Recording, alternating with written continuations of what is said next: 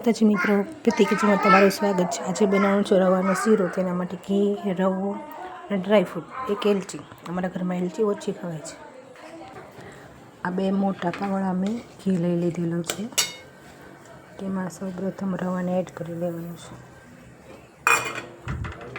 અને ગેસનું લો ધીમી રાખવાનું છે।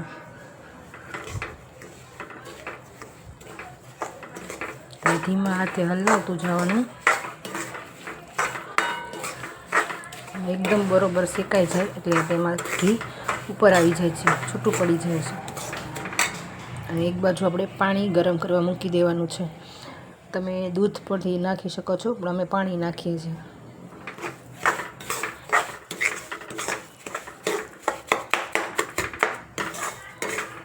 આ રીતે એકદમ શેકાઈ જવા દેવાનો છે। એને આ રીતે ધીમા ઓલે શેકાવા દેવાનું। અને તમે જોઈ શકો છો ઘી ઉપર આવવા માંડ્યું છે।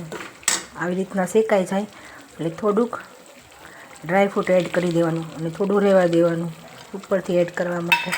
આમાં અત્યારે ડ્રાયફ્રૂટ નાખવાથી તે એવું છે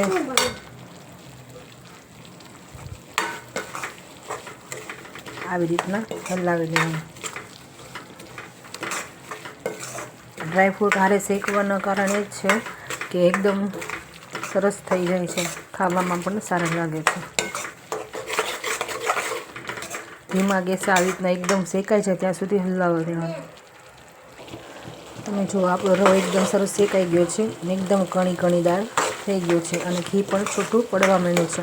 અને અહીં આપણું પાણી પણ ઉકળી ગયું છે। પાણી નાખવાનું એક જ કારણ છે કે એ એકદમ છૂટો થાય છે અને એના માટે જો આપણે વધુ હોય તો રાખવો હોય ને એક દિવસ તો સારો પણ રહે છે। દૂધથી શું થોડોક આમ વાસ આવવા મળે છે, એટલા માટે અમે દૂધ એડ નથી કરતા। તમે જુઓ એકદમ સરસ થઈ ગયો છે અને શેકાઈને દાણે દાણા અલગ થઈ ગયા છે।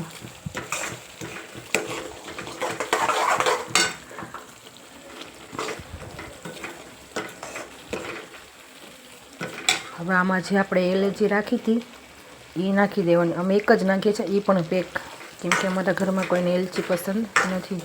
આ થોડોક ટેસ્ટ માટે એડ કરીએ છીએ।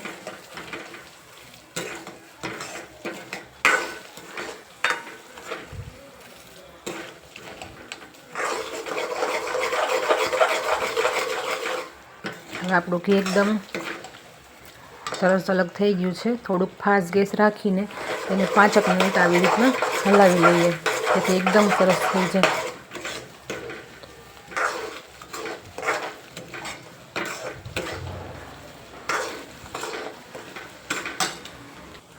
હવે આપણો રવો એકદમ શેકાઈ ગયો છે। હવે આમાં ઉમેરવાનું છે પાણી। જરૂરત પડતું પાણી એડ કરવાનું છે।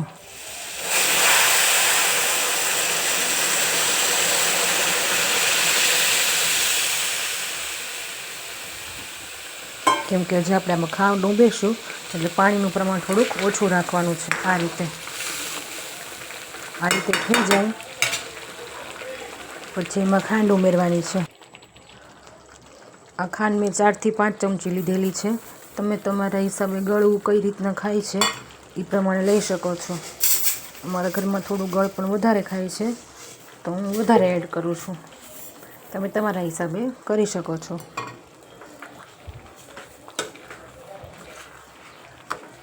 ગેસ ધીમો જ રાખવાનો છે સાવ।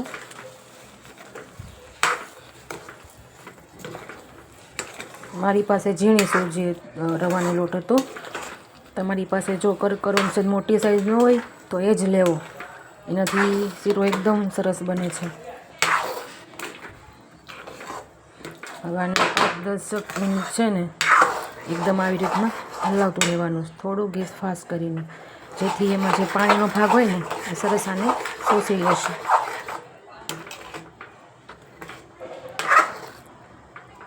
જો છે ને એકદમ દાણીદાર। હમણાં થોડીક વાર થશે એટલે સાવ એકદમ છૂટો પડી જશે અને જેમાં ઠરે તેમ છૂટો થઈ જાય છે।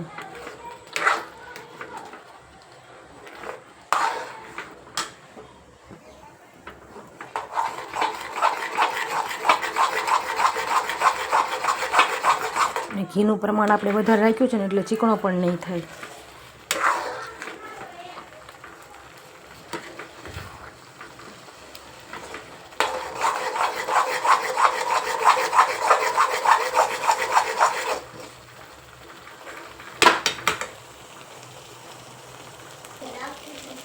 આ જો એકદમ છૂટું અને ઘી પણ છૂટું પડી ગયું છે. શીરો આપણો એકદમ રેડી થઈ ગયો છે. હવે તેની ગેસ બંધ કરી દેવાનો અને એકવાર આવી રીતના હલાવી લેવાનું, જેથી નીચે ચોંટવા ન કરે અને એકદમ છૂટો થઈ જાય આવી રીતના. અને જેમ ઠરશે એટલો છૂટો થઈ જશે. અને ઉપરથી હવે ઉમેરી દેવાની છે ડ્રાયફ્રૂટ.